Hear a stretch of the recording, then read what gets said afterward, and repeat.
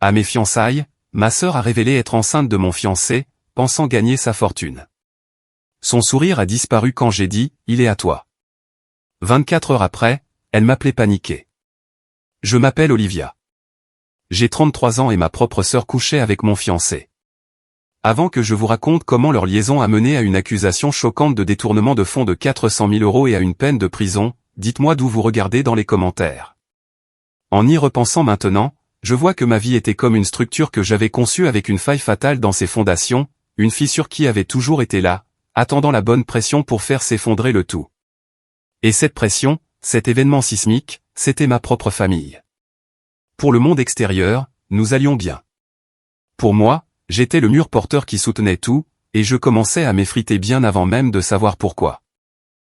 Mon histoire commence vraiment à 18 ans avec une épaisse enveloppe de l'école des ponts et chaussées. Ce n'était pas seulement une lettre d'admission pour leur programme de génie civil.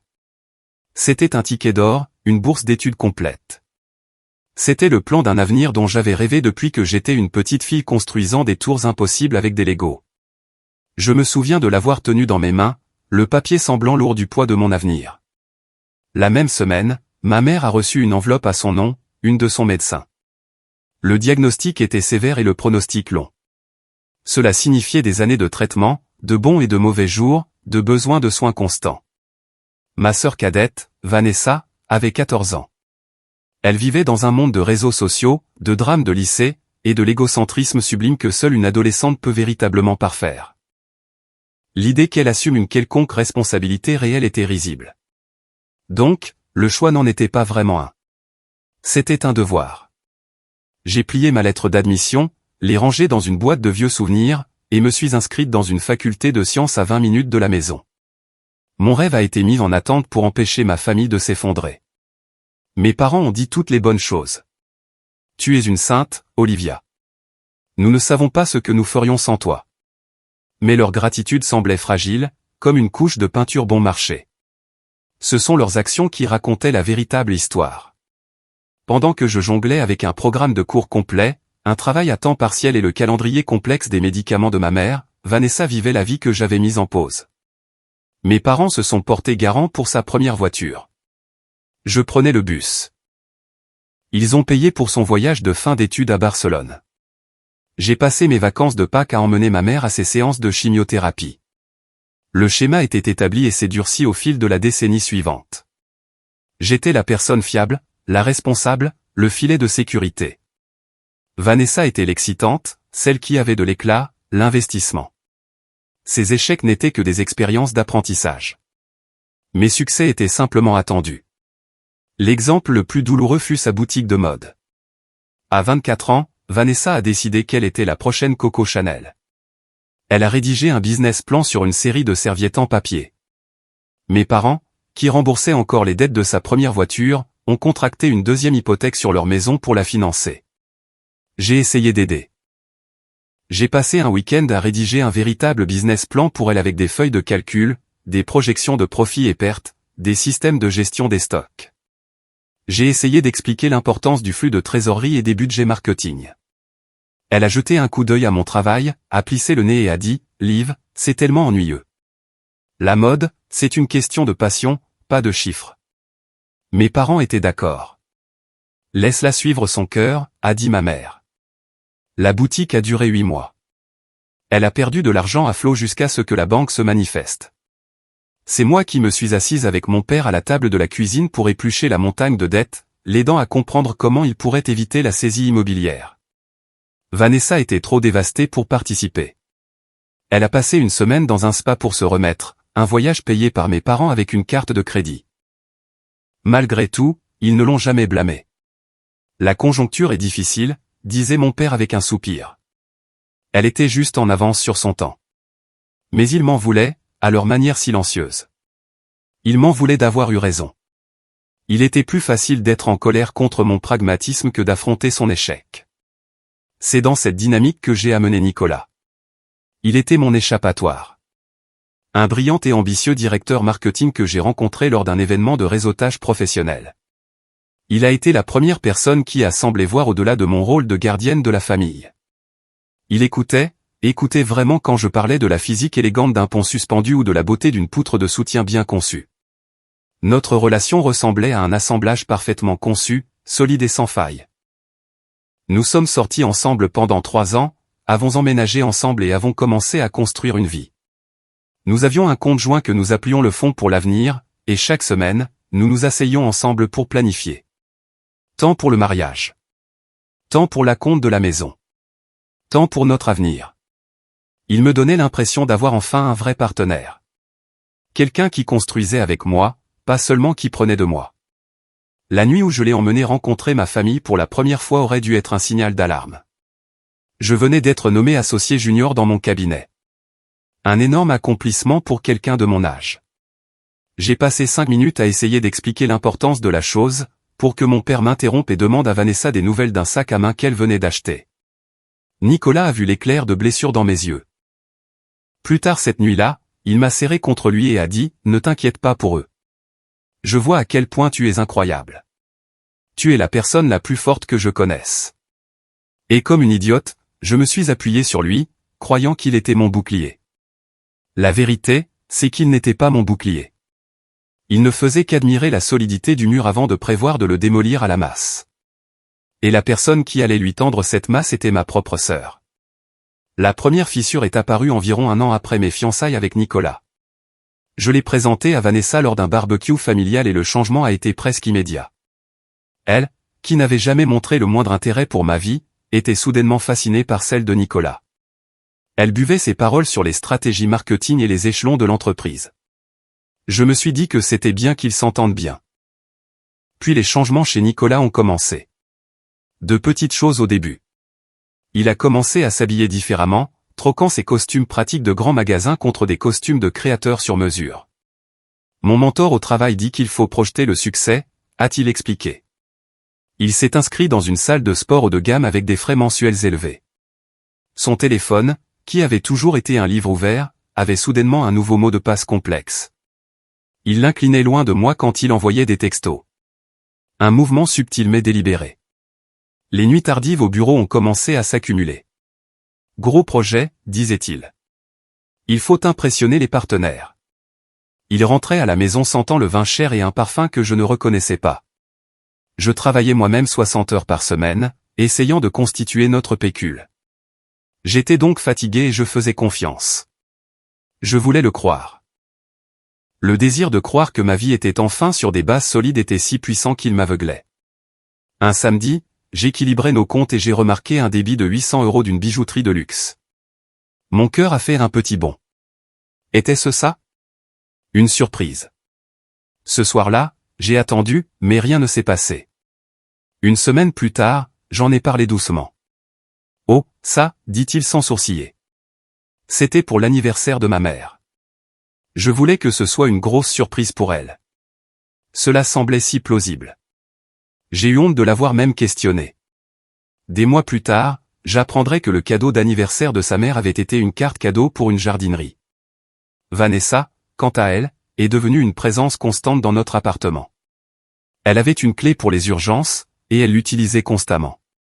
Je rentrais d'une longue journée pour la trouver sur notre canapé, buvant notre vin, discutant avec Nicolas. Je prends juste quelques conseils pour le mariage, disait-elle avec un sourire éclatant et faux. Ils avaient des blagues privées dont je n'étais pas au courant, et ils échangeaient des regards complices par-dessus ma tête. Je sentais un malaise grandissant, un œuf froid dans mon estomac que je ne pouvais ignorer. J'ai essayé d'en parler à mes parents. « Tu es paranoïaque, Olivia », a dit ma mère avec un soupir exaspéré. « Tu as enfin trouvé un homme bien. Ne le repousse pas avec tes insécurités. Tu devrais être heureuse que ta sœur l'apprécie autant. » Le point de rupture a été les 5 000 €. Vanessa m'a appelé en pleurant pour une urgence de loyer. Je savais que notre fonds pour l'avenir venait de franchir une étape importante et je ressentais une envie féroce de le protéger. Je lui ai dit que j'étais désolé, mais que nous ne pouvions tout simplement pas. 1 heure plus tard, Nicolas m'a appelé. J'ai envoyé l'argent à Van, dit-il d'un ton désinvolte. C'est ta sœur, Liv. On doit aider la famille. Il était passé derrière mon dos, avait pris l'argent que nous économisions pour notre maison, notre mariage, et le lui avait donné. Quand je l'ai confronté, il a retourné la situation contre moi. Pourquoi es-tu si froide, a-t-il demandé. C'est ce que les familles font les unes pour les autres. Il m'a fait passer pour la méchante. Le coup de grâce fatal est arrivé un mardi gris d'octobre. Le texto de Marc, le mari de Vanessa, était direct. Café de la Rive. 1 heure. Urgent. Mes mains tremblaient si fort que je pouvais à peine tenir mes clés de voiture. Marc était un homme calme et gentil, un comptable qui semblait aussi dépassé par la personnalité de Vanessa que moi. Nous n'étions pas proches, mais il y avait une solidarité là. Pour qu'il m'envoie un texto comme ça, je savais que quelque chose n'allait pas du tout. Il était assis dans le coin le plus sombre du café. Il avait l'air décharné, les yeux creusés. Il n'a pas pris la peine de dire bonjour. Il a juste fait glisser un lourd dossier sur la table collante. « Je suis désolé, Olivia », a-t-il dit, sa voix se brisant. « Tu mérites de connaître la vérité. » Je l'ai ouvert. La première page était une confirmation d'hôtel. Le Bristol. Un week-end il y a 2 mois, le même week-end où Nicolas était censé être en séminaire d'entreprise et Vanessa avait prétendu rendre visite à un ami dans une autre ville. Mon souffle s'est coupé dans ma gorge. J'ai tourné la page. Un reçu de la bijouterie, celle sur laquelle Nicolas avait menti. C'était pour un bracelet tennis en diamant. J'avais vu ce bracelet au poignet de Vanessa lors d'un dîner de famille la semaine dernière. Elle avait prétendu se l'être offert comme gâterie. Puis sont venues les photos. Marc avait engagé un détective privé. Ils étaient là, mon fiancé et ma sœur, sortant d'un hôtel, ses bras nonchalamment passés autour de ses épaules. Ils étaient là, s'embrassant dans sa voiture, un baiser passionné et affamé qui m'a rendu malade. Chaque photo était un clou dans le cercueil de la vie que je pensais avoir. Il y a plus, dit Marc d'un air sombre. Il a sorti une autre liasse de papier. C'étaient les notes de frais de Nicolas, que Marc avait réussi à se procurer. Il était comptable. Il savait quoi chercher. Il a pointé les lignes, son doigt tremblant légèrement. Dîner client, 600 €. C'était la nuit où ils avaient été photographiés dans un restaurant étoilé. Frais de déplacement, Rome.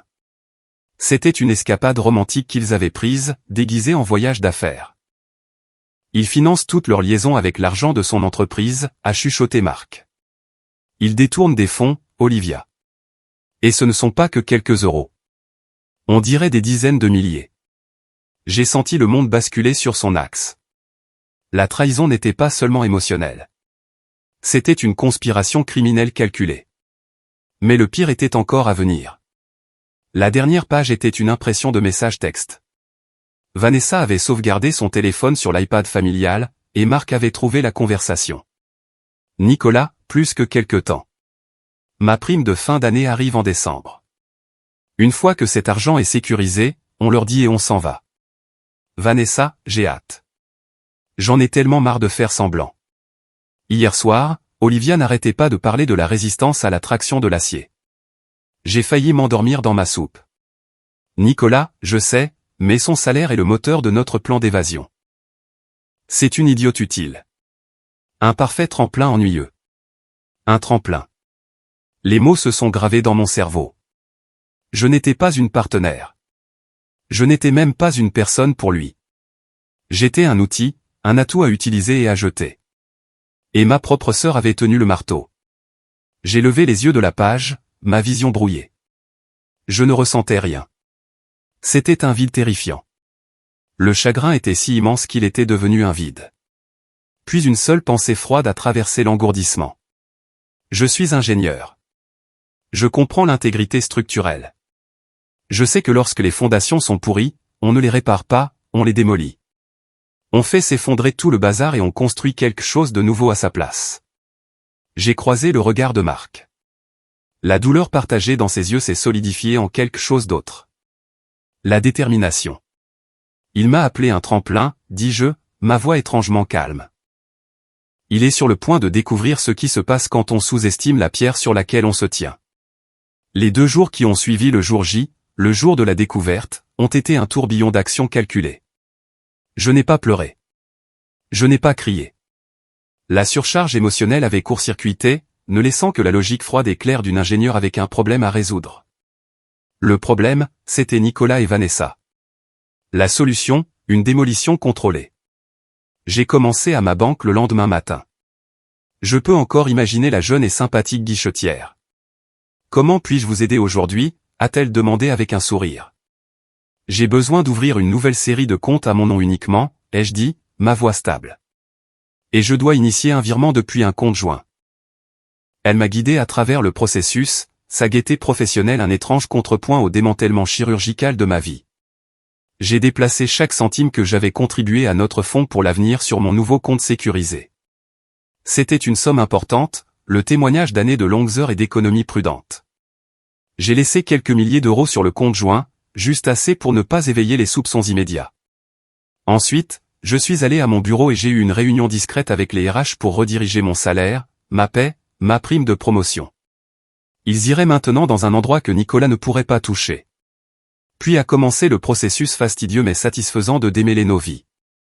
J'ai appelé chaque société de carte de crédit, chaque service public, chaque service d'abonnement. Je dois supprimer un utilisateur autorisé, ai-je dit encore et encore, ma voix devenant plus confiante à chaque fois. À chaque appel, je reprenais un morceau de ma vie. L'arrêt le plus important a été le dernier. Le cabinet d'avocats de maître Jessica Chevalier était élégant et moderne, tout en verre et en acier, tout comme la femme elle-même. J'ai posé le dossier sur son bureau. Elle n'a pas offert de condoléances ni de platitudes. C'était une chirurgienne et c'était une opération. Elle a parcouru les documents, ses yeux vifs ne manquant rien. Les reçus d'hôtel, les notes de frais, les messages textes accablants. Après un long silence, elle s'est penchée en arrière dans son fauteuil en cuir et m'a regardé. Un lent sourire prédateur s'est dessiné sur son visage. Eh bien, mademoiselle Fournier, a-t-elle dit. Votre fiancé n'est pas seulement un infidèle. C'est un imbécile. Un imbécile arrogant et négligent. Elle a expliqué le paysage juridique. En France, un simple divorce pour faute est désordonné mais simple. Ceci. Elle a tapoté le dossier avec un ongle parfaitement manucuré. Ceci est un avantage tactique. Le détournement de fonds est ce que nous, les avocats, appelons la dissipation des biens de la communauté. Il ne dépensait pas seulement de l'argent. Il détournait illégalement des fonds matrimoniaux et d'entreprises pour financer sa liaison. Cela nous donne un levier incroyable. Nous ne demanderons pas seulement un règlement équitable. Nous l'exigerons. Sa confiance a été un baume pour mes nerfs brisés. Je lui ai fait un chèque de 5 000 € pour les frais de dossier sans sourciller. C'était le premier paiement que je faisais depuis mon nouveau compte, un investissement dans ma propre libération. Maintenant, a-t-elle dit, les yeux brillants, nous restons silencieuses. Vous restez chez votre ami. Ne le contactez pas. Ne répondez pas à ses appels. Laissez-le s'agiter. Nous rédigerons l'assignation. Nous ne demandons pas seulement le divorce. Nous déposons une plainte civile qui fait référence aux preuves de malversation financière. Nous le lui signifierons à son bureau au moment de notre choix. J'ai passé les 3 jours suivants chez Jeanne. Elle a été un roc, offrant un espace calme, des tasses de thé sans fin et aucun jugement. C'est là, dans le calme de sa chambre d'amis, que le barrage émotionnel a finalement cédé. J'ai trouvé une petite photo encadrée de Nicolas et moi lors d'un voyage que nous avions fait à la côte. Une photo que j'avais dû emballer sans réfléchir. Dessus, nous rions. Le soleil sur nos visages, l'image du bonheur. Un sanglot m'a déchiré, si violent qu'il semblait me couper en deux. Toute la douleur, l'humiliation, le gaspillage de tout ça se sont abattus sur moi. Je me suis recroquevillé sur le lit, serrant la photo, et j'ai pleuré jusqu'à ce que je sois vide. J'ai pensé à supprimer toutes les preuves, à l'appeler, à essayer de comprendre comment l'homme qui avait tenu ma main sur cette photo pouvait me faire ça. Jeanne m'a trouvé 1 heure plus tard, le visage enflé, la photo gisant sur le sol. Elle n'a pas dit, je te l'avais bien dit, ou tu vaux mieux que ça. Elle s'est juste assise sur le bord du lit et a dit, cette femme sur la photo, Olivia, elle mérite un avenir meilleur que celui qu'il lui préparait, et tu es la seule à pouvoir le construire. Ces mots ont percé le chagrin et m'ont rappelé la mission.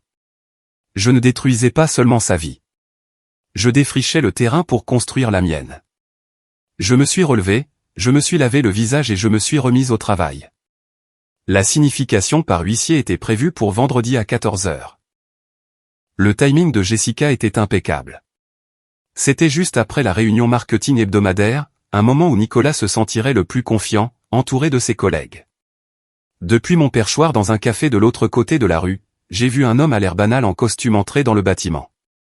40 minutes plus tard, j'ai vu Nicolas sortir en trombe sur le trottoir. Ce n'était plus le dirigeant calme et charismatique. Son visage était rouge, sa cravate de travers, et il tapait sur son téléphone d'un doigt tremblant. Mon propre téléphone s'est allumé encore et encore. Je l'ai mis en silencieux et j'ai pris une lente et délibérée gorgée de mon café au lait. Ce soir-là, les vrais feux d'artifice ont commencé. Vanessa, réalisant que Nicolas ne pouvait pas me joindre, a commencé à appeler. Je l'ai laissé tomber sur la messagerie vocale. Les messages sont devenus de plus en plus frénétiques. Puis elle s'est présentée à l'appartement de Jeanne, martelant la porte, sa voix stridente d'une rage terrifiante par son manque de conscience de soi. « Olivia, ouvre cette porte. Tu es en train de tout gâcher. » À travers le Judas, j'ai regardé ma propre sœur, son visage tordu par un masque de fureur, non pas parce qu'elle était désolée, mais parce qu'elle avait été prise.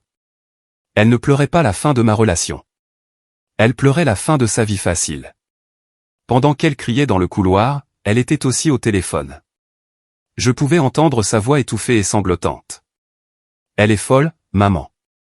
Complètement folle. Jalouse de moi et de Nicolas. Elle invente tout pour nous détruire. Elle tissait déjà le récit, préparant le terrain pour la phase suivante de la guerre. Après 10 minutes de sa tirade, nous avons appelé la sécurité de l'immeuble. Alors qu'il l'escortait, elle a crié une dernière chose à la porte fermée. Tu le regretteras. Maman et papa ne te le pardonneront jamais. Elle avait raison sur ce dernier point. L'appel de mes parents a été une leçon magistrale de manipulation psychologique. Ma mère a pleuré. Mon père a crié. Ils m'ont traité de cruel, de vindicative, d'instable. Ils ont complètement ignoré les faits de l'affaire et du détournement de fonds. Dans leur monde, le seul crime qui avait été commis était mon refus de souffrir en silence. L'appel s'est terminé par moi disant « Je dois y aller » et raccrochant au nez de mes propres parents pour la première fois de ma vie. Le silence qui a suivi était assourdissant, mais c'était le son des chaînes qui se brisaient. La démolition était presque terminée. La phase finale du plan a été exécutée avec la précision silencieuse d'un murmure. Le lundi matin, depuis un ordinateur de bibliothèque, Marc a cliqué sur « Envoyer ». L'email était un cheval de Troie livré anonymement aux boîtes de réception du PDG, du directeur financier et du chef des ressources humaines de l'entreprise de Nicolas. L'objet était simple, une question financière concernant Nicolas Moreau. Le corps de l'email ne contenait aucune accusation, seulement un lien vers un dossier cloud sécurisé et crypté. À l'intérieur de ce dossier se trouvait tout, les notes de frais falsifiées, les reçus d'hôtel qui ne correspondaient pas à ses voyages d'affaires, les relevés de cartes de crédit montrant de somptueux cadeaux personnels codés comme des gestes commerciaux. C'était un portefeuille froid et indéniable de ses crimes. La réponse de l'entreprise a été comme une avalanche au ralenti. Au début, il y a eu le silence. Puis des grondements. J'ai entendu par un ami qu'une équipe de comptables judiciaires avait été appelée. Ils étaient polis, discrets, et ils déchiraient toute la vie professionnelle de Nicolas. Document par document.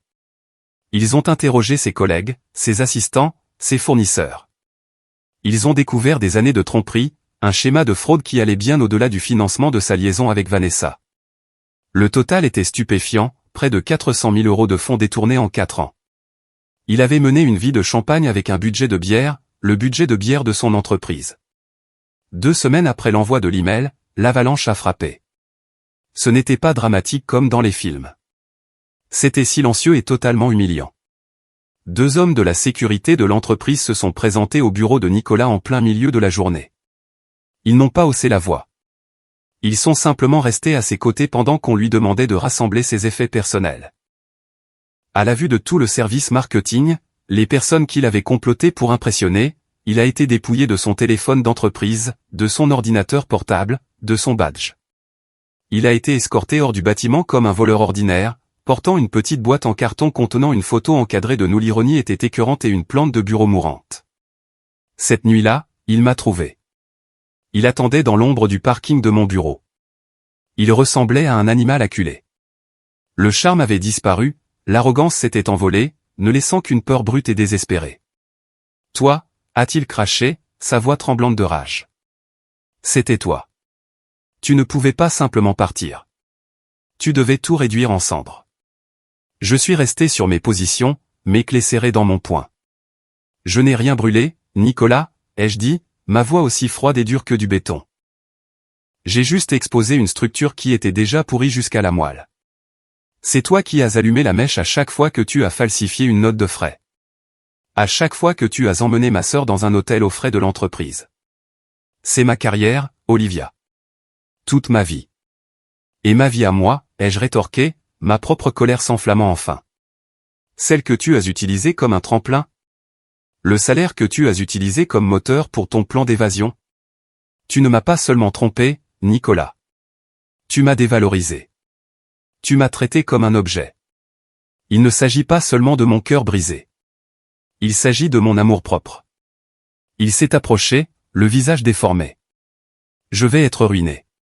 Tu aurais dû y penser avant de risquer des accusations d'escroquerie et d'abus de confiance, ai-je dit, laissant les mots flotter dans l'air. J'ai vu l'éclair de compréhension dans ses yeux, l'horreur naissante que c'était plus grand qu'une rupture désordonnée ou un emploi perdu. C'était criminel. C'était la prison. Il a reculé, sans voix. Je suis passé devant lui sans un mot de plus, je suis monté dans ma voiture et je suis parti, le laissant seul dans l'obscurité. La police l'a arrêté à son appartement temporaire une semaine plus tard. La dernière pièce de la démolition était celle que je redoutais le plus, la confrontation finale avec ma famille. Ils m'ont convoqué chez eux pour une réunion de famille. Je suis entré dans le salon et c'était une embuscade mise en scène. Ma mère était sur le canapé, s'épongeant les yeux avec un mouchoir. Mon père se tenait près de la cheminée, les bras croisés, son visage un masque de déception. Et sur le fauteuil, jouant le rôle de la victime tragique, se trouvait Vanessa. « Olivia, merci d'être venue », a commencé mon père, sa voix lourde d'une fausse gravité. « Ta mère et moi pensons que cela a assez duré. Un homme risque la prison. Ta sœur a perdu son emploi, sa réputation. C'est un désastre. C'est une conséquence, les jeux corrigés. » Ma mère s'est mise à pleurer plus fort. « Comment peux-tu être si froide ? C'est ta famille. Vanessa a fait une erreur. Une terrible erreur. Mais c'est ta sœur. Vous êtes censés vous protéger l'une l'autre. » La protéger, ai-je demandé, un rire amer s'échappant de mes lèvres. J'ai protégé toute ma vie. Je l'ai protégée des conséquences de ses mauvaises notes, de ses accidents de voiture, de son entreprise ratée. J'ai protégé cette famille en renonçant à mon propre avenir. Et pendant que je faisais ça, elle couchait avec mon fiancé, riait dans mon dos, et l'aidait à dépenser de l'argent qu'il volait. Qui me protégeait, moi? La pièce est devenue silencieuse. Il m'aime, a chuchoté Vanessa depuis le fauteuil, ses premiers mots. Il allait te quitter pour moi de toute façon. C'était si délirant, si complètement dépourvu de remords, que cela a tout clarifié. Il ne s'agit pas d'amour, ai-je dit, ma voix basse et stable. Il s'agit de caractère, du bien et du mal. Quelque chose que vous deux, j'ai regardé mes parents, avez échoué à lui apprendre parce que vous étiez trop occupés à lui trouver des excuses. Le visage de mon père s'est empourpré de colère. Ça suffit. Tu vas appeler le procureur de la République. Tu vas retirer ta déclaration. Tu diras que tout cela n'était qu'un malentendu. Tu feras ça pour la famille. Je me suis levé. Je sentais mes jambes trembler, mais ma voix était ferme. Il n'y a plus de famille pour laquelle faire ça. Vous l'avez brisé. Vous tous.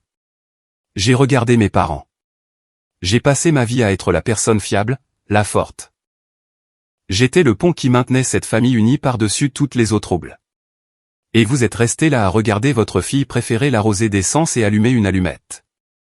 Je me suis dirigé vers la porte d'entrée et j'ai posé la main sur la poignée. J'ai fini d'être votre pont.